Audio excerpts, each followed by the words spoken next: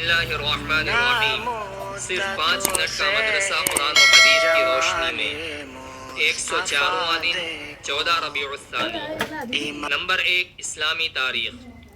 بنی ہاشم کا بائیکاٹ اور 3 سال کی قید۔ کفار مکہ کے ظلم و ستم اور روک تھام کے باوجود اسلام تیزی سے بڑھتا رہا۔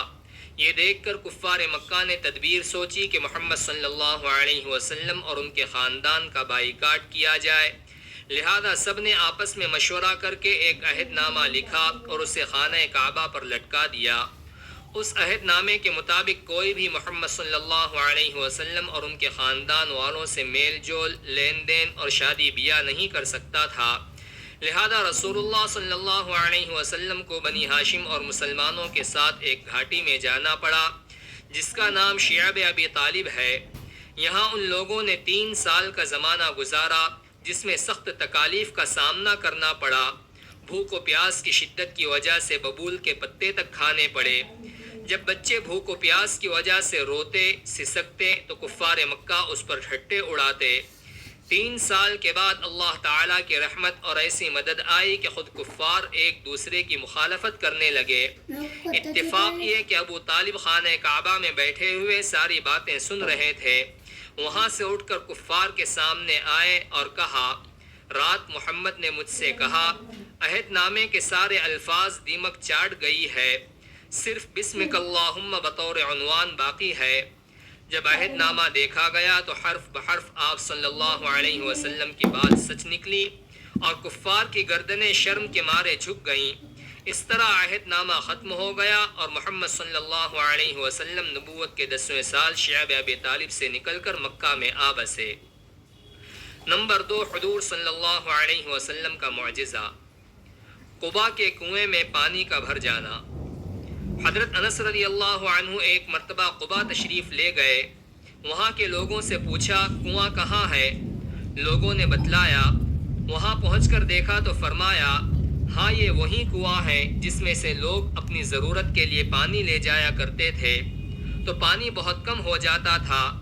ایک بار آپ صلی اللہ علیہ وسلم اس کنویں پر تشریف لائے اور بڑا ڈول بھر کر پانی نکلوایا اور اس میں سے کچھ پیا اور بقیہ پانی سے یا تو وضو کیا یا پھر اس میں اپنا منہ مبارک تھوک ڈالا اور پھر فرمایا، اس کو کنویں میں ڈال دو۔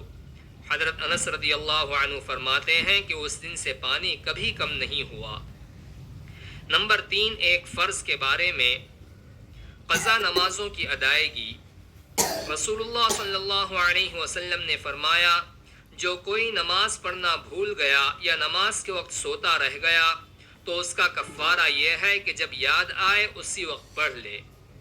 فائدہ: اگر کسی شخص کی نماز کسی عذر کی وجہ سے چھوٹ جائے یا سونے کی حالت میں نماز کا وقت گزر جائے تو بعد میں اس کو پڑھنا فرض ہے۔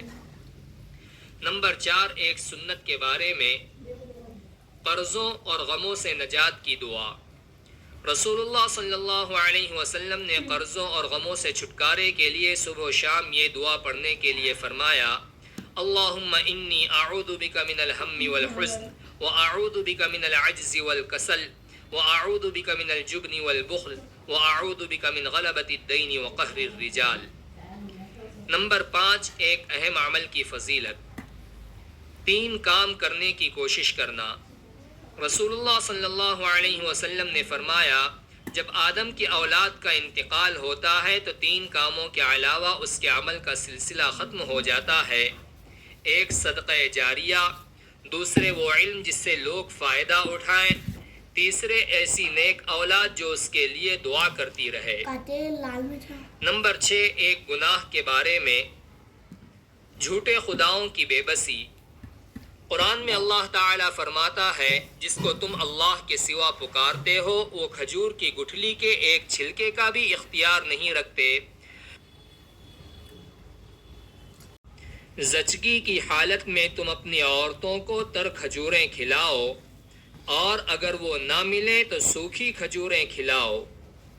فائدہ: بچے کی پیدائش کے بعد کھجور کھانے سے عورت کے جسم کا فاسد خون نکل جاتا ہے اور بدن کی کمزوری ختم ہو جاتی ہے۔ نمبر 10، نبی صلی اللہ علیہ وسلم کی نصیحت۔ رسول اللہ صلی اللہ علیہ وسلم نے فرمایا جب تم میں سے کسی کے ہاتھ سے لقمہ گر جائے تو اسے اٹھا لے اور صاف کر کے کھا لے، شیطان کے لیے اسے نہ چھوڑے، اور کھانے کے بعد جب تک انگلیوں کو نہ چاٹ لے ہاتھ کو رومال سے نہ پونچھے، اس لیے کہ معلوم نہیں کہ کس دانے میں برکت ہے۔